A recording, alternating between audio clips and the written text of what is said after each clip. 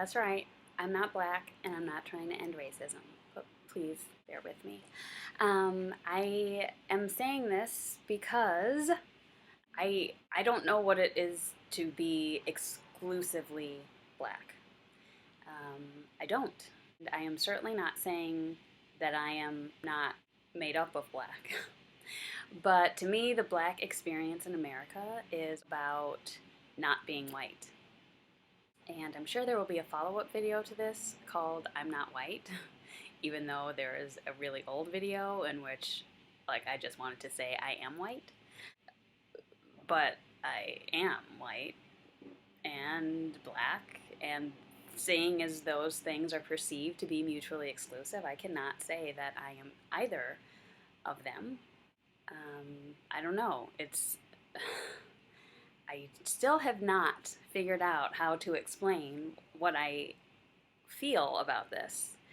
Um, but I did find a couple of things on the interweb that I felt would help me. Oh, this is Don Miguel Ruiz is, Junior. Knowledge serves an important purpose. It allows us to communicate with one another from a place of shared experience. But without awareness, knowledge can take over the mind. Everything that comes into your field of awareness could be constantly labeled and translated based on past experience. I think this is relevant to my racial discourse because when knowledge takes over the mind, everything that comes into your field of awareness could be constantly labeled and translated based on past experience, is like the crux of the issue. This is the danger because we limit ourselves based on past experience. So we're all living with this dogma of this racial trauma, which is probably why it's so hard to let go of. But it's just not necessary. So I wanted to say I am not black. I didn't even make the main point I wanted to make was if black and white are so mutually exclusive, and there seems to be a lack of love, I'm going to say from both communities toward the other, but I'm going to have to say white people started it, and white people still retain the power and the money, the 1%. So being black, it must, and I don't know this is my point, I don't know it. It must be really easy to believe that there's no room for you at a white table. Hmm.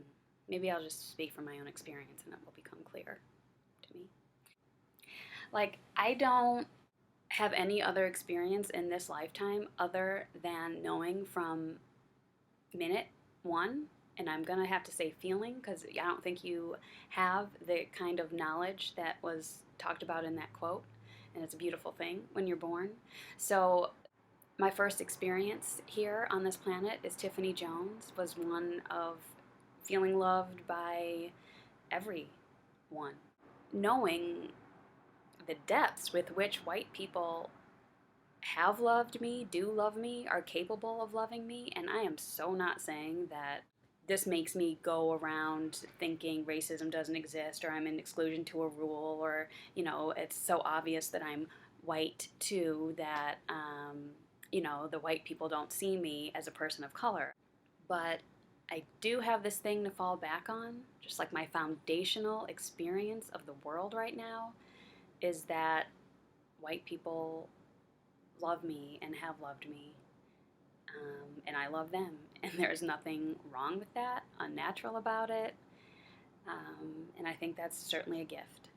And I'm going to wrap this up by saying I am not trying to end racism. Somebody left me a really nice comment that was like, keep up the good work, it's time we end this racism thing. And I just have to say, my agenda is not to end racism. My agenda is to end race, to free us out of the boxes that we put ourselves and each other in. Race is nothing, and yet it controls a lot of things and a lot of like deeply important things, and it skews everything and keeps us off track. And I don't know how we're ever gonna manifest oneness consciousness when we have this thing that we take for granted as something by which we naturally separate ourselves. It's not natural. It's not natural. If it was natural, I wouldn't be natural. And I promise you, I'm natural. And there's nothing really more to say about it at this point in time.